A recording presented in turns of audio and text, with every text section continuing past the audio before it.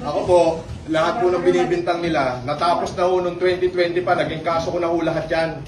At na-acquit ho ko dyan. Ngayon ho, yung laban namin ni Makagago, ako ho ang unang nagsampa ng kaso sa kanya. Oho, ako ho unang nagsampa, ako unang nawarant. So, ang just fixation lang kung ipahiya niyo ako sa buong Pilipinas, grabe, para akong pumatay.